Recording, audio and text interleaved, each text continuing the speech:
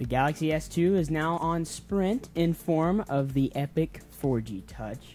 Google could be preparing an alternative app to Flipboard. Google also launched their first APIs for Google Plus this week. And 7.5 million Facebook users are under the age of 13. And we take a look at Windows 8, and it's out for developer testing all this week on Tech Weekly.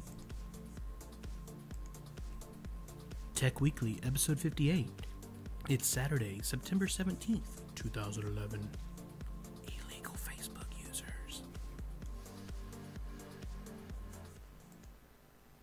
So, Jeff, how you doing? I am super. Thanks for asking. We didn't talk too much about the new lights, but this is the last time that we use the new lights with the extremely hot incandescent light bulbs. So yeah, we got some Big Bacon compact fluorescent bulbs that I picked up at Adorama.com. Yep. And they work out pretty good. They're about I think they were like $16 a piece. Yeah. They're out of the equivalent. They're equivalent to 470 or 450 watts. Aren't those 500? These are 500 watt incandescents, but these are equivalent in brightness to a 450 watt. Right. They're out of stock of the 600s, and set the 500s. The 600s were like 20 something bucks a piece, and I was like, I'm not about to drop $75 for light bulbs that might burn out, Right. So yeah.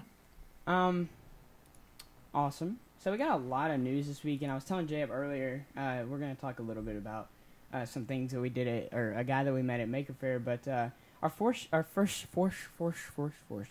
story of the week is the Samsung Galaxy S2. I keep wanting to say Galaxy Tab because that's the first thing that we knew out of the Galaxy lineup. Has actually come to Sprint. Now, this is the one that you were waiting on, and we had no confirmation from Sprint. They were just like, you signed up for that email list, and I signed up just for fun to see when it come out. They didn't release it until after I saw this Mashable article this week. And when did they release this? I think it was Mashable? it was like a day or two ago. I can't remember. I got a text message From Sprint or something, or no, I mean. When you signed up on their thing, you could actually sign up to get text messages. I just signed up for email. So. And the text message was yesterday at 3:00. Yeah, so this says it was published yesterday. I don't know when it was, but I got the email after I saw the Mashable article. Which, I wasn't staying on top of it enough. Right. So I wasn't looking at that one website where it tells you when they're releasing it. Yeah. But I think it was literally like they didn't know one day and the next day they released it. Yeah. Like there was no it's going to be released next month. Sometimes we'll have a leak or something. They'll be like, "Hey, we got some reports. It could be coming." Yeah, because soon. I would have gone to Best Buy or something and done a pre-order. Because I'm just going to wait for a while before I get it because I got to recover from some other things too. Yeah. So, but it's out now. Epic 4G. We talked a little bit about it on Gadget Gurus. This is actually the 4.5-inch variation. Remember, they have 3 different variations. 2 of them on the one on Sprint and the one on Sprint and the one on T-Mobile are both 4.5-inch, and then the one on AT&T has a totally different build and everything. It's kind of weird. They did it all differently and stuff, and it does have 4G support. We still don't have 4G in Birmingham, unfortunately. And, we tried to try it out in Atlanta, and, all things went weird and everything. But, it's a nice phone. Pretty much one of the best Android phones you can get on the market right now. And if you're on Sprint, hey, go grab you one right now. Isn't it $199 on contract, I think? Actually, they had a deal going on if you bought it from Samsung with a new contract. With a new contract, 2-year contract, $100. Really? That's a nice deal. That's how my phone was. But I think it's $199 for a 1-year contract, and then $99 for a 2-year contract. Yeah, that's something I've always liked about Sprint is they allow you that 1-year contract. Yeah, most everybody's 2 years only. Yeah, done. So, just looking at some of the other, it's got a 1.2 gigahertz dual core smartphone, or of course it's Gingerbread 2.3. It does run, I think it's TouchWiz 3.0, I'm not sure. But yeah, there's plenty of places you can get it. Amazon has them, Best Buy has them, I think, in stores now. So Yeah, you can get them at Radio Shack. You can get them at a bunch of different places. You can buy them online. Yeah. A lot of places are already sold out of them. Really? Just because they only carried like 2. That's how they were with Like, my phone. I went there. Best Buy, when they bring them in, it's like 10 phones. Yeah. And more than likely, more than 10 people are going to get that. Yeah. Even if it's like a... Even if it's just a knockoff. Yeah. I mean, 10 people are going to come in the store and buy a phone. Yeah. And they're more than likely going to try to get the latest and greatest. Yeah. But, because I'm sure the Best Buy people are like, told to sell that phone. oh, and probably like 2 of the employees probably bought one. Yeah. So, we still have... I did see on Engadget yesterday, there was some leaked photos of the... I forget what they're calling it, but the Galaxy S2 on AT&T is actually still going through FCC approval, I think it is. So it's probably going to be another couple months till we see it. But of course, AT&T is always slow to the game. And then we got the T-Mobile one coming out as well. So, and then if you really want one like really bad, you can get it from the UK or somewhere like that unlocked. It's been available for like 6 months or something. So there you go. And it does have the Corning Gorilla Glass. Yep. So you don't got to worry about that cracking and stuff. So that works out pretty well. Yeah. And it's pretty scratch resistant. And I played with one or something similar. It's the Epic 4G, or not the Epic 4G. The what is that thing called? The Infuse. That's what it's called. It's like it came out of the same line. You know how they had like after they came out with the first Galaxy phones, they had like a phone on every carrier or something. It was kind of like that. I think it's really thin, and I think this one's actually thinner, and it's a 4.5-inch screen, so it's a nice phone. And if you're looking to it, Jip. Well, see, and I also like the fact you still got the hardware menu button, you got the back button, and you also have the home button, which is the center button. Right. But the center button is also one of those touch. Is it optical touchpad or something like that? I don't know if it's optical. I think it's just like a directional, like a capacitive kind of okay. whatever. Yeah. But you can go all over the screen with it, and it's kind of like a little like That's cool. trackball kind of deal. So I mean, it's kind of cool.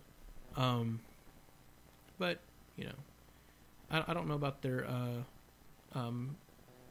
GizWiz or whatever it's called. Yeah. Because I never used it before. I never had a Samsung phone. So it'd be interesting to see how much that hogs up stuff. But it says that you can talk for like 8 hours. Yeah. Straight. Like pick up the phone after it's charged and talk for 8 hours. And it's got a massive 1800 milliamp hour battery. Yeah, and it's really thin. So I mean, it's kind of cool because the phone itself is a little bit bigger, so they're able to get a wider surface area of battery. And then also they have the AMOLED screen that Samsung, that we love. So that'll help with battery life as well. So, I think Engadget has a review up, but you can go check out if you don't want to wait for them to put out the review. You can check out some of the other Galaxy S2 devices or whatever. So, pretty cool. Yep. So we got a lot of Google news. Actually, our next 2 stories are about Google. But, Jeb, I don't know if you played with Flipboard before, but what it is, it takes all your feeds and puts them into, like, a magazine format. I mean, there's a couple... I think Bitly actually has a parent company that does this now. It's called, like, News.me or something. Mm-hmm. But they have, like, preset RSS feeds, and then you can also bring in your Twitter and your Facebook, and then you can also, like, add some. I think they're bringing that in. But it makes it into what they call a social magazine on the iPad, which it's pretty cool. I know a lot of people that are like religious about it. I don't use it that much. Like it's just one of those things that if I have some time, if I just want to waste some time, sometimes I'll just go through there and scroll through it. But I'm more just like, hey, give me the headline or whatever. Like, but it does a nice preview and everything. Cool. And Mashable is reporting that Google could have a competitor to it called Google Propeller coming out later this year. It's going to be based on social news, so Twitter, Facebook, probably Google Plus as well, all kinds of stuff like that. And more than likely, it's going to be on the iPad. And I mean, does it really feel like that there's a market for this? Like, I mean, why would Google?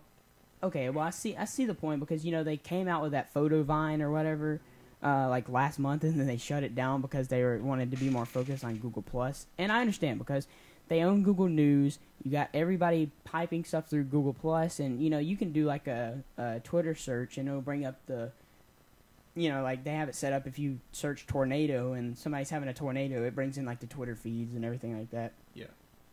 So I mean, it makes sense, But at the same time, do you really think that it's needed? You know what I mean? Like, if we have Flipboard, I mean, why would Google want to make an app that they're probably going to give away for free? I mean, I'd like to see it on Android because Flipboard's not on Android. I guess just so that they have their own thing. Because this is an Apple kind of... I mean, it's on the Apple, and they don't really have Flipboard for Android. Yeah. And so they're just wanting their own thing that they can call their own and just say, hey, here you go. You know, so... I don't know. I think they're just trying to get more stuff out there. They get in every single bit of the market that they can. Yeah.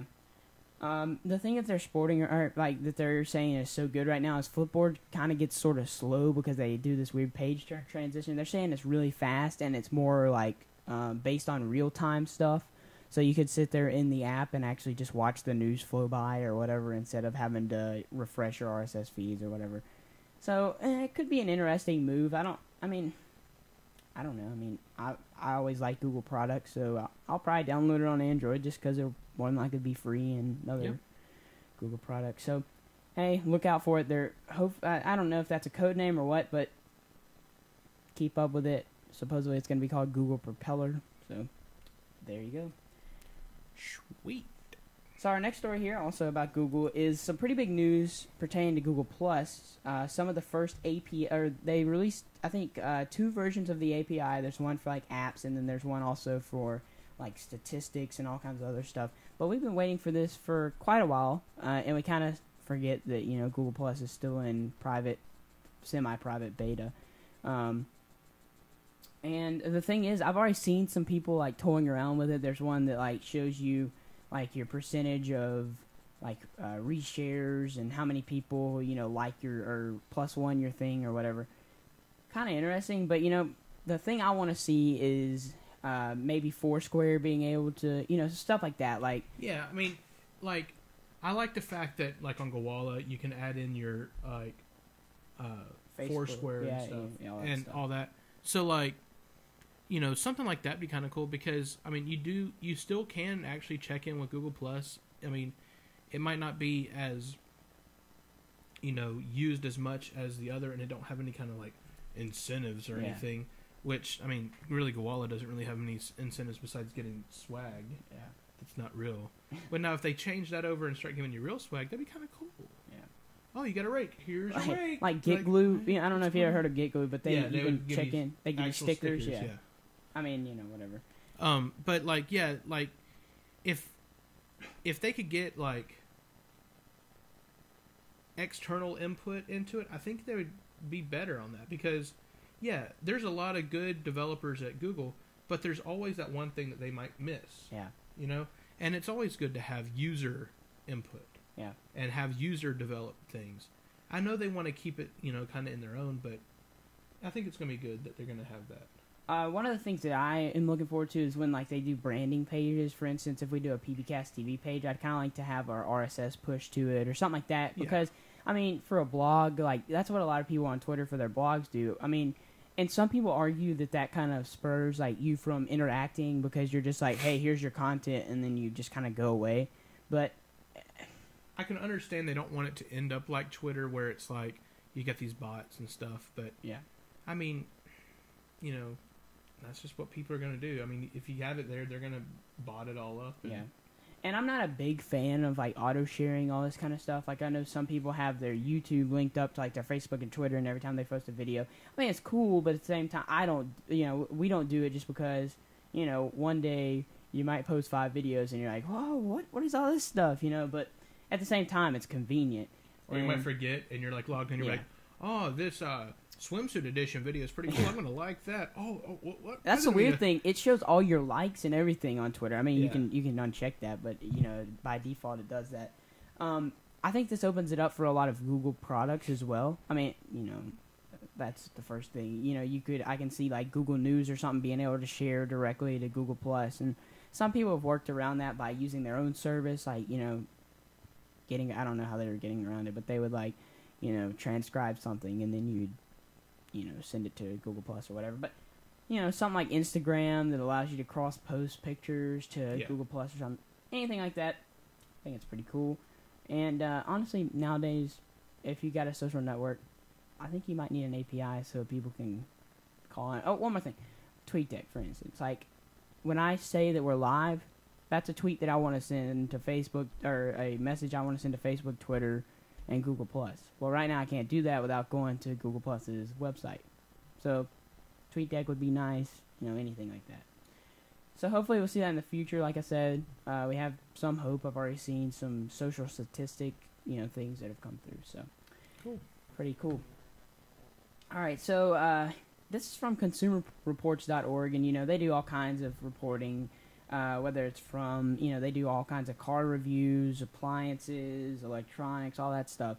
They came out with a stat earlier this week saying that 7.5 million Facebook users are under the age of 13. Now, that doesn't seem too, I don't know. I mean, it's not, that big of a deal. Of the 20 million minors who actively use Facebook, under 18, 7.5 million of them are younger than 13, according to projections from Consumer Reports. The latest State of the Net survey says that Facebook terms, still require someone to be at least 13 years old to be a part of Facebook.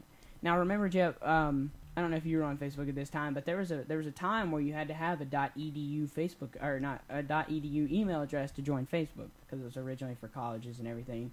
And then they made it you had to be 18, and then they finally dropped it down to 13.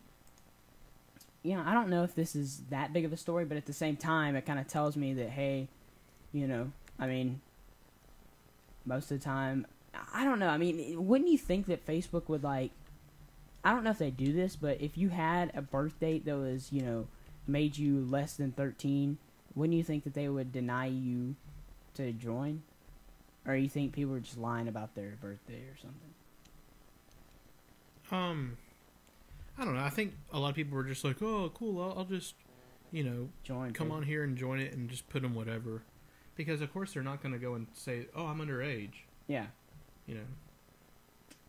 I don't know. I mean, Facebook seems like the place where, Google Plus, technically you have to be under 18 to join. But Well, see, but you also have to realize that Facebook was originally designed for college. Yeah. It wasn't designed for even high school use, really. I mean, it kind of was, but you never really get an email address for high school. Yeah. You get an email address for college. Yeah. And it was originally only geared towards education students with a .edu email address. I mean, Mark Zuckerberg said before, when he first created Facebook, he wanted to recreate the college experience from, seeing people at parties or whatever. So, and basically make it where you can, shelter yourself inside your dorm room and never come outside the if public. you're Mark Zuckerberg, exactly. So, it's just kind of, just whatever, but I don't know.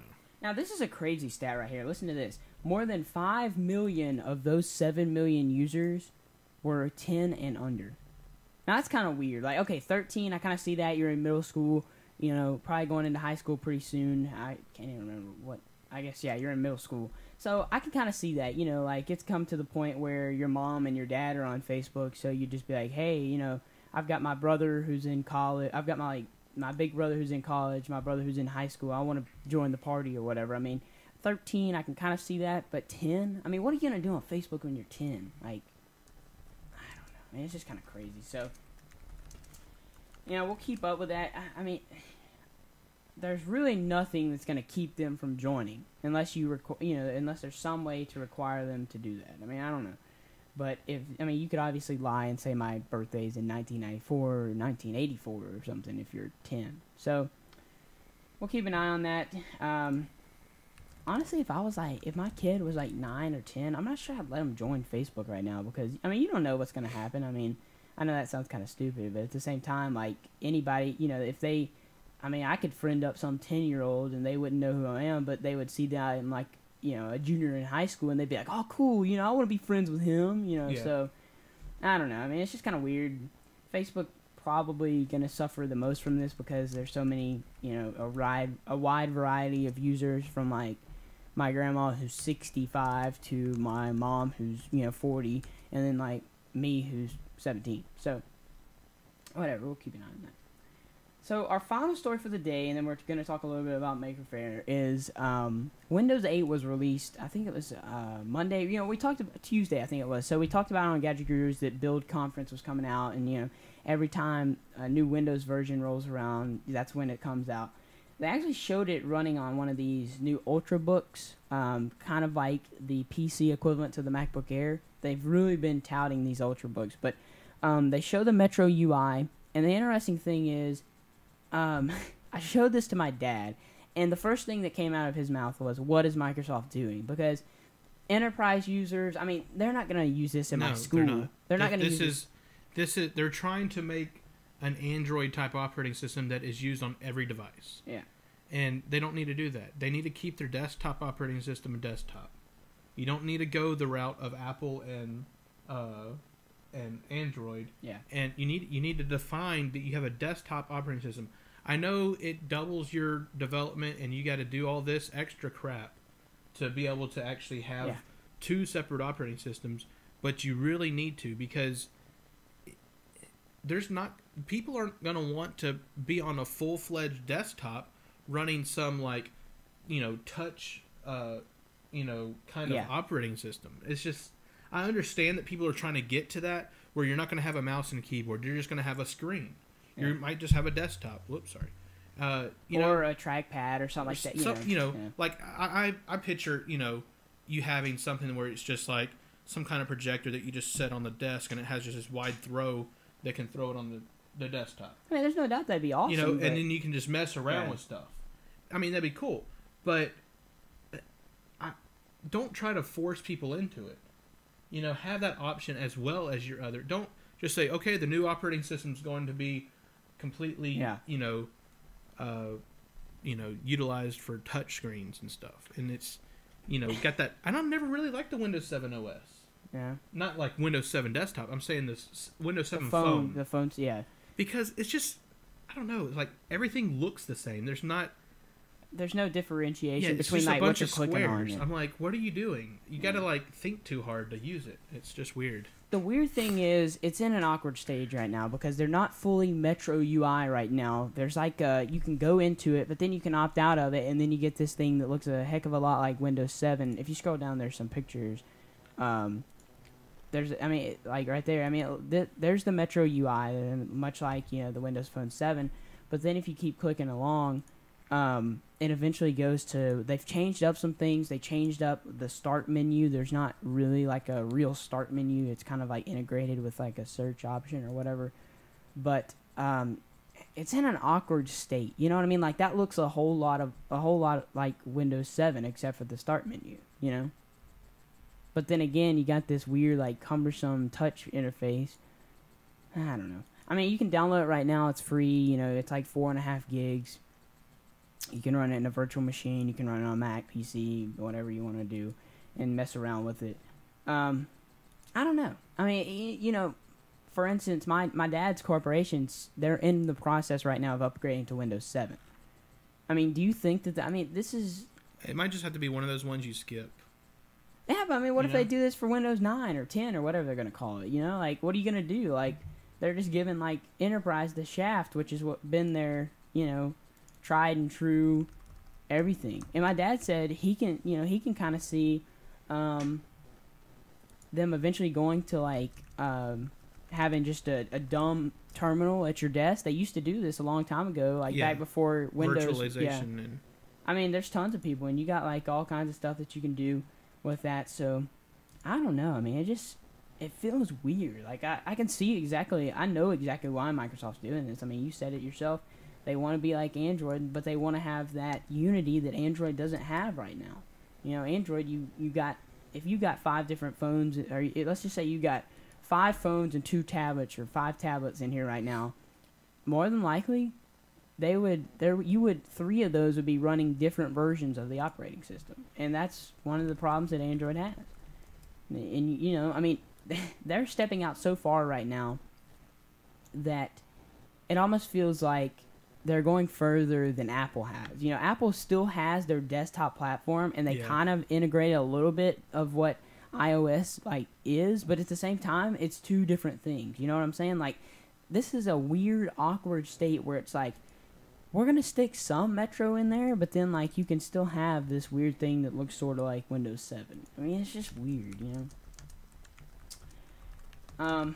I don't know. I mean, I'm probably gonna download it. I started downloading it the other night, and then it was like really late, and I didn't want to wait on it to download. It's like 4.5 It was really days. late. Didn't want to wait. Yeah. So I was Making just like, times every time. Rhyme. it's just like I'm gonna go to sleep. So I don't know. I mean, it's a cool looking interface if you like that. I'm kind of like Jacob though. I mean, it's different. I mean, you can't say that they But it's- copied Android or iPhone. Yeah, but I mean, it's basically Windows Phone 7 Yeah, there's no doubt about that. on the desktop. And it, I don't want that. Yeah. I don't want Android on my desktop. Yeah. Now, tablet, that's another story. But desktop, no. Something that has a mouse, I don't want Yeah. Android. And I don't know if you've used it like a VM or something. It's totally awkward to use Android or any like I've virtualized Because it's some all stuff made before. with your finger. You're going to be making contact and sliding. Try doing that with a mouse. It's awkward. Yeah. Very awkward. And they've got a picture in here. I don't know if you can find it, but it's the. I don't know where it is. Anyway, they're showing Chrome, and it's showing like a paste option, or like how like it's an option to open a JPEG, and it's got you're in the standard Windows 8 view, but you still have this dialog window that is Metro UI, or it looks a lot like it. I'm like, I don't know. So, I mean, I don't know. It's just weird. I don't know. And we'll have to try it out. I mean, I'll probably download it and we'll give you some thoughts on Gadget Gurus or something. But anyhow, let's go on to some things that we do like to talk about. We were at a Mini Maker Faire right about this time last week. We sit around, what was it, about, I don't know, was it 5 or 6 hours? I think it was 5 hours maybe. But we were at the Atlanta Mini Maker Faire. We had planned to stream live, but I think most of you guys know the reason that we didn't stream live is because we didn't have a decent internet connection. But I don't know. Anyway, and Jacob, we did some really cool video content. We hit like most of the booths there, and there was a lot of people there. I mean, I was pretty impressed at the wide variety. You know, I mean, there were some people that were doing anything from like restoring R2-D2 robot kind of things, making their own, to like this guy had a motorized skateboard that he was riding, and the funny thing was, people could not figure out what we were doing. Because we had some of our Fab Lab projects, you had some 3D stuff that you had printed out on your MakerBot, and, some test stuff that you had done. So, I mean, they were, like, all interested in the 3D stuff. And then we had, like, all this podcast gear. And, some people were like, hey, this is podcast gear. Some guy came up. Some guy was like, you going to take my picture every time I walk in front of the camera? So, I mean, it was a weird thing. I'm going to videotape you every time we had these lights set up. I mean, one guy Yeah. almost caught his hair on fire because... Yeah, he was like, oh, my heart. Yeah. Oh. I'm like, oh, gosh, we need to take these lights down. Yeah. But it was fun. We sit out. We had a nice tent. I mean, it was... for Atlanta, for the South, it was a good day. I mean, it wasn't that hot, but I mean, it could have been cooler. But and I've actually already thought of, they're supposed to be doing it next year, and it's going to be even bigger than it is. oh, I'm sure it will be. Yeah. And I've already thought about some better improvements. One, we're going to have some form of website addresses that we're going to give out. That way, because we're like, oh yeah, just go to pbcast.tv, and you're like, huh? Like, never mind. And we also kind of didn't think this. I mean, it's kind of, if you think about it, it's sort of stupid. But we didn't think about having any like physical thing to give out. Yeah, I mean, we were giving out the Fab Lab things, which we gave all of them away except for 2. Yeah. Which we still have those. So, senior. Yeah. But I was real tempted to bring my vinyl cutter and cut out like basically like little decals like PBcast, the little logo with like PBcast TV underneath it, and then that would be kind of like a thing like here, and then we're giving, and people would be lining up. People seemed to like that. There was a couple guys that had some. They had a MakerBot, and then they also had this one that you could build with a book. I think we spot like that in the video, but they had it. They were actually printing out some stuff. There was what is it, a rip wrap? They had one of those there. Mm-hmm. I mean, and those draw because it's motion and it's everything. Cool. It's, wow, and then you sit there and look at it. Yeah, but like and also the one reason why I think we had a lot of problems with people like coming into the thing was we were set back pretty far so that the camera wouldn't be outside of the thing, and it'd be underneath the pop-up thing. Yeah. So I'm thinking of some alternative methods, maybe like making a mount that actually clamps onto the actual Tent or pop-up something, tent, yeah. and then the camera's inside. It kind of looks down at us, but it'd be better than And people also, like yeah. running around. Also, I think it would be a good idea to maybe, like, if we could get the space, which we had plenty of space. I mean, we could have done this, but we didn't really think about it. It's kind of like segregating the broadcast stuff from the making stuff, because, like, people wanted to come in there and look at the stuff that we had made. And it was kind of awkward because if we were broadcasting live, you would have had people standing in front of the camera. Yeah. And, like, people were tripping over cords, and I was like, oh, gosh, we're going to knock everything off this place. So probably what we're going to do next year, like you said, either mount the camera, but also kind of get, like, a kind of more of a set-up broadcast space instead of, simply setting up everything with this, everything. But there was some really cool. We met some people that use Pinocchio. I mean, I can't tell you how many times we plug Pinocchio like crazy. They should be giving us money. One more thing, thanks to Eric. How would you say his? I think it's Weinhofer or something like that. He was actually the organizer. I think he's a Georgia Tech either grad student or is in the regular thing. But they offered they offered us a tour of their Maker Lab. Maker Lab, yeah. But unfortunately, we didn't get to take it because we had all. We need to get out of that city before this traffic hit. We had all kinds of stuff we had to pack up. Yeah. But the thing was, most of it was needed. That was the problem. Well, not everything. But we're going to be trying to maybe make a more consolidated broadcast studio where you don't have to pack up the whole studio just to go. Yeah. So it's going to be pretty cool. But yeah. It was our first Maker Faire. But I was still pretty content with what we did. I mean, we got some really cool video content and everything. So make sure to go to our YouTube channel, youtube.com/pvcasttv to check that out. And why don't you tell... We met this guy, and J-Up scored a free shirt. I mean, it was pretty awesome. It's called Freeside, and they're like we see this a lot in... I mean, I've read all about this in San Francisco and everything. I mean, these things have existed. We don't have any around here in Birmingham, but... Which, I mean, it's an awesome, cool... it's a cool idea. Like the closest one, I think, is Huntsville. Really? They have one in Huntsville? Yeah. Huh. What you can do is they have people they'll rent out a space, like a warehouse. I mean, usually it's a warehouse or some kind of, big space like that. Yeah. And they'll have anything from any creative kind of spot. Pretty much any kind of machinery that you can think of. Yeah. Like woodworking, metalworking, 3D printers, laser cutters, just anything. Tools, saws. I mean, whatever you can think of that you would be using to make. Right. And it's available to you for free for the most part. Some people actually will charge you. It depends on the ones you can find. Yeah. Like the one at the university is actually free. You can go up in there and just bust up in there and start making something. And it's all state. I mean, how do they? It's all state provided. Oh, that's cool. It's like a public class, service kind of, but it's it'd be like getting water out of the water fountain. I don't know. I mean, except we're using this big but it's kind of cool because you can get the latest stuff and the state provides it. So that's really cool that they actually have that with the state. Right. That the state's knowing that, hey, we need to provide this for our students so they can get into this new industry. Yeah. But this other one, Freeside, I can't remember exactly how much it is, but I think you got to pay to become a member. But you can be a guest with a member. Look at it kind of like a gym or something. I mean, it's like a gym membership basically. Yeah. But it's kind of cool because they have. I went on their website and looked at it. They got a little wiki page, freeside.com, and I think that's freesideatlanta.org. And that was close enough. But and we're going to talk about this more on Fab Lab probably in October. And but it's pretty cool because they it's like a 5,500 square foot warehouse, and you have it's not like you just walk up in there. They got gate access, and you can just come up in there, and they have a code, and it changes every so often, and you have to go on their website and you have to find it, and then you have the code to get in the building. Kind of reminds me of a 24-hour gym. I mean, we've seen a lot of those. I mean, you just get a code or a key or something, and you just walk in, and then you can do whatever you want. And so it's cool because, instead of a pull-up bar, you have a CNC machine. Yeah.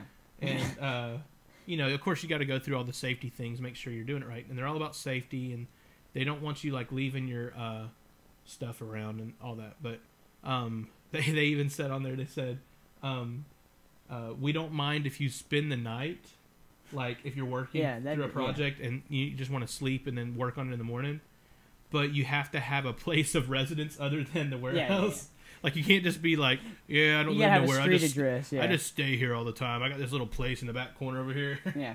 And the cool thing is, it allows them to, recoup how much they paid for. I mean, it's a two-way deal. I mean, they're investing this money into these machinery. A lot of it's donated, and they even have like a list on there. Yeah, I'm looking at it right now. What we need, who's donated what, and different things.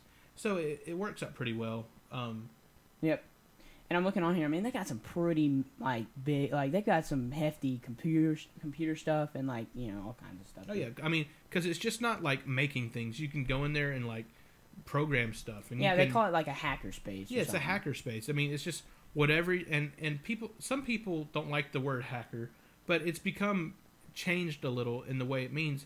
It's just something that you're messing with something taking something and make it work the way it wasn't really intended to, Yeah. So it's kind of cool. Yeah, and I mean, I like seeing this kind of stuff around here because we're always about a year or two after everything in California and stuff happens.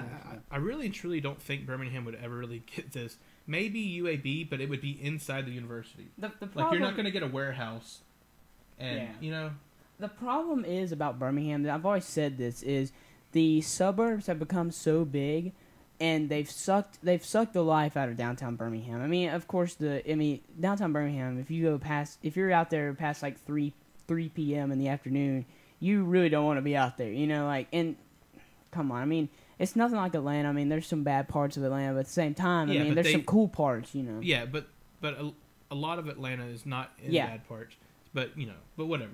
And you won't have none of this in a suburb. You're not going to have... Yeah, that's the issue. Unless you do it yourself. Yeah. That's the only way it's going to happen. And then you might not have that big of a following. And then you might. It just all depends.